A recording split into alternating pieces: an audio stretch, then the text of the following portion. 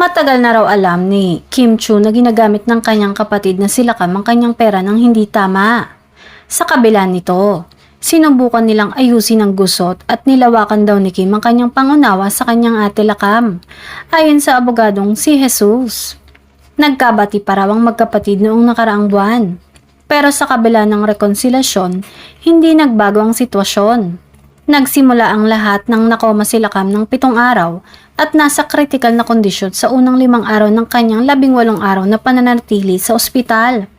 Sa kabutihang palad, gumaling si Lakam at nailabas ng ospital noong May 2023. Ngunit hindi doon nagtapos ang problema. Nagkaroon pa rin daw ng hidwaan ng magkapatid, lalo na ng pagsabihan ni Kim na magpahinga si Lakam ng 1 buwan. Habang ayaw naman daw ni Lakam na makulong sa bahay. Nalulung daw si Lakam sa pagsusugal sa mga kasino, kung saan daan-daang milyong piso umano ang naipatalo niya na mula sa mga kinita ni Kim sa nakaraang 2 taon. Kahit na diskubre na raw ni Kim ang tungkol dito, inunawa pa rin daw niya ang sitwasyon. Ngunit kahit naging maunawain si Kim at sinubukang ayusin ang problema, hindi raw nagbago at nagpatuloy pa rin umano ang pangungulimbat ng kanyang ate.